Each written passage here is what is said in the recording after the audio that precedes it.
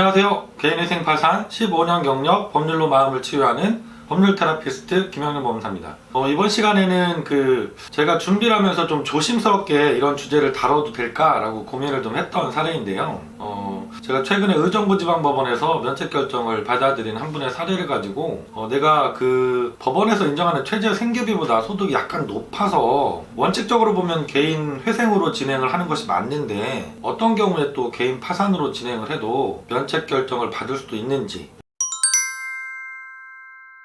우선 이분의 사례를 간단하게 말씀드리면 의정부 관할에 거주하시는 여자분이셨고요. 남편분은 경제활동을 할 수 없는 사정에 계셨고 본인께서 직장생활을 하시면서 월 평균 소득이 200만원이 조금 넘는 정도의 소득을 갖고 계셨습니다. 그런데 자녀가 3명이 있지만 그중에 미성년자인 자녀는 고등학교 2학년에 다니는 자녀 1명이었고요. 나머지 2명은 이미 성년에 이르러 계신 경우였거든요. 그렇다면 이분이 개인회생 절차로 진행하시면 2인 가구가 됩니다. 그래서 법원에서 지금 현재 인정하고 있는 최저 생계비는 180만원 정도 되시죠. 그럼 이분은 소득이 법원에서 인정하는 최저 생계비 기준으로 한다면 20여만 원이 이미 초과되어 있는 상태셨던 거죠. 그래서 이분이 처음에 상담을 오셨을 때 당연히 본인께서도 개인 회생으로 상담을 오셨어요. 그리고 저도 처음에는 개인 회생으로 상담을 시작해서 진행을 한참을 했었습니다. 그런데 상담을 장시간 하다 보니까 이분의 사정이 혼자서 앞으로 3년 동안, 짧게 3년이죠. 법원에 매달 변제금을 납부해 가는 것이 과연 가능할까 싶을 정도로 좀 제가 고민을 하게 되는 사건이었어요. 그래서 고민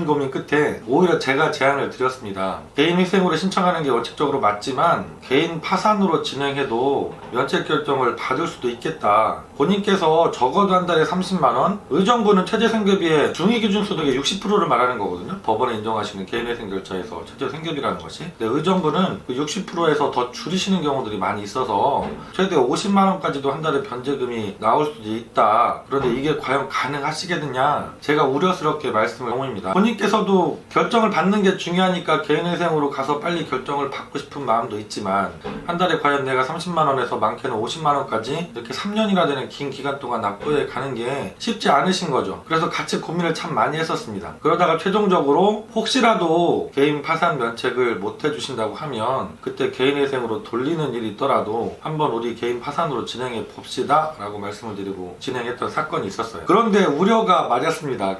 진행 중에 파산 선고를 받으시고 파산 관제인 면담을 다녀오셨는데 관제인 변호사님께서 첫 번째 보정사항에 이렇게 적어서 보내주셨어요. 읽어드리면, 수익 금액을 고려할 때 최저 생계비 이상의 소득, 미성년자 자녀 1인을 배우자가 아닌 채무자의 부양가족으로 포함한다 하더라도 약 월 30만원가량의 가용소득이 발생하고 있다. 채무, 원금 등을 고려할 때 개인회생 절차를 진행함이 타당해 보인다. 개인 파산 절차를 실청할 특별한 사유가 있는지 객관적인 자료를 들어서 소명하시기 바랍니다. 이렇게 보정을 해주셨어요. 걱정했던 그대로 보정을 했죠. 법원의 기준으로 보면, 소득 기준으로 보면 개인 파산보다는 개인 회생이 적절하다는 것이죠. 그래서 이분이 이렇게 면담을 다녀오셔서 엄청 걱정하시면서 저하고 통화를 여러 차례 했었습니다. 그래서 이렇게 얘기하시는데 파산이 불가능할 것 같다. 지금이라도 투자를 하고 개인회생으로 들어가는 게 맞지 않겠느냐, 이렇게 걱정을 많이 하셨어요. 그래서 저도 다시 한번 주말 중에 계속 검토를 해봤는데 이분은 남편도 소득활동을 못하고 계시고 본인께서 일정한 급여를 받는 직장이 아니셨거든요. 프리랜서 같은 직업이었기 때문에 소득이 들쭉날쭉하신 거죠. 그래서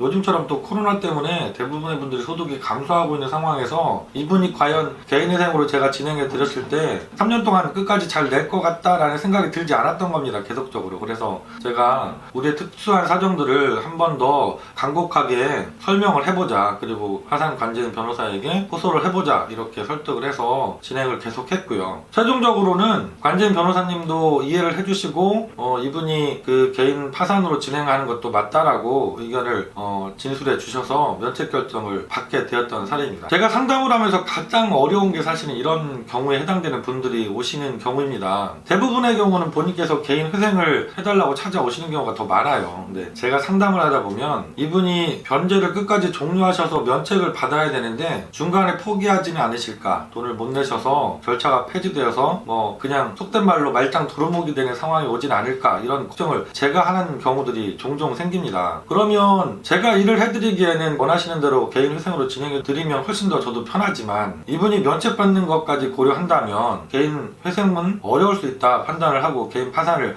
오히려 역으로 제가 추천드리는 경우들이 생기거든요. 저도 일정 정도 위험 부담을 안고 그런 제안을 드리는 겁니다. 혹시라도 재 판단이 잘못되어서 법원에서 정해놓은 기준으로 보면 회생이 맞는 분들일 수 있기 때문에 혹시라도 파산이 기각된다고 하면 다시 개인 회생으로 돌려서 처음부터 진행을 해드려야 되기 때문에 의뢰인한테 몇 달의 시간을 제가 허비하게 하는 상황이 생길 수도 있잖아요. 그리고 저희 사무실도 그만큼 일이 더 늘어나잖아요. 그런 경우가 생겼을 때 제가 수임료를 추가로 받을 수는 없거든요. 그렇게 하지도 않고요. 개인 파산과 개인 회생을 신청 요건에서 구별할 때 가장 중요한 부분 중에 물론 중요한 것이 소득입니다. 이 소득이 법원에서 정해놓고 계신 최저 생계비보다 많은 소득을 얻고 계시느냐, 그 최저 생계비보다 못 미치는 소득을 갖고 계시느냐, 이게 아주 중요한 판단사항이 되죠. 하지만 이 기준이 모든 사람에게 천편일률적으로 적용될 수 있는 것은 아니라는 게 제 생각입니다. 어떤 분 같은 경우는 내 소득은 크지 않지만 가족들 중에서 다른 소득을 얻고 계신 분이 또 있을 수 있잖아요. 그 소득이 많을 수도 있습니다. 그래서 내가 소득이 좀 적더라도 가족들의 도움을 통해서 개인회생을 진행해도 3년, 5년 동안 변제기간 동안 변제금을 납부해 나가는 것이 크게 어렵지 않은 분이 계실 수도 있어요. 하지만 반대로 내가 우리 가족 숫자는 많은데 가족 구성원 중에서 경제활동을 하는 사람은 오직 나 하나밖에 없고 그 소득조차도 일정한 소득이 아니라 들쭉날쭉하고 장래에 또 감소할 수 있는 여지가 충분히 또 있는 분이라고 하면 무리하게 개인회생으로 결정을 지금 당장 받더라도 변제 기간 동안 그 얼마나 힘들게 변제를 해나가셔야 되겠습니까? 그래서 이런 경우에는 개별적으로 소득만 갖고 판단할 것이 아니라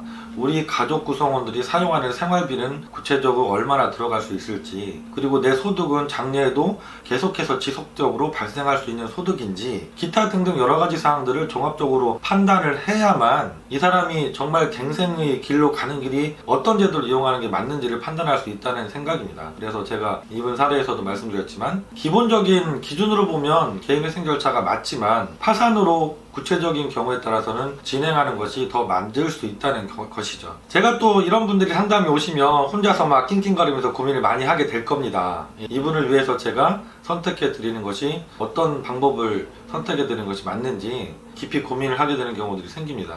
전문가가 해야 되는 것은 바로 이런 경우가 아닐까 싶습니다. 누구나 간단하게 판단할 수 있는 사항이라면 사실 고민할 게 없죠. 그렇게 굳이 전문가에게 조언을 구하실 필요도 없을 수 있습니다. 하지만 이렇게 어느 제도를 선택하는 게 맞는지 좀 가늠하기 어려운 선상에 계신 분들은 깊이 있게 상담을 받아보시고 본인께서도 공부를 많이 하시고 좀 고민을 같이 해주셔야 됩니다. 그래서 내가 회생이 아니라 파산으로 신청을 했는데 그게 받아들여진다고 하면 한 달에 적게는 몇십만 원 이렇게 큰 돈을 내가 내지 않아도 되잖아요. 그러면 그 생활비를 충분히 더 쓸 수 있게 되고 갱생의 길로 가는 것이 바로 그런 방법이라고 생각을 하거든요. 오늘은 제가 그 소득 기준으로 봤을 때 개인회생으로 이용하는 것이 맞다라고 판단되는 경우에도 구체적인 본인의 사정에 따라서는 오히려 개인 파산으로 신청하셔서 면책 결정을 받는 것도 가능할 수 있다.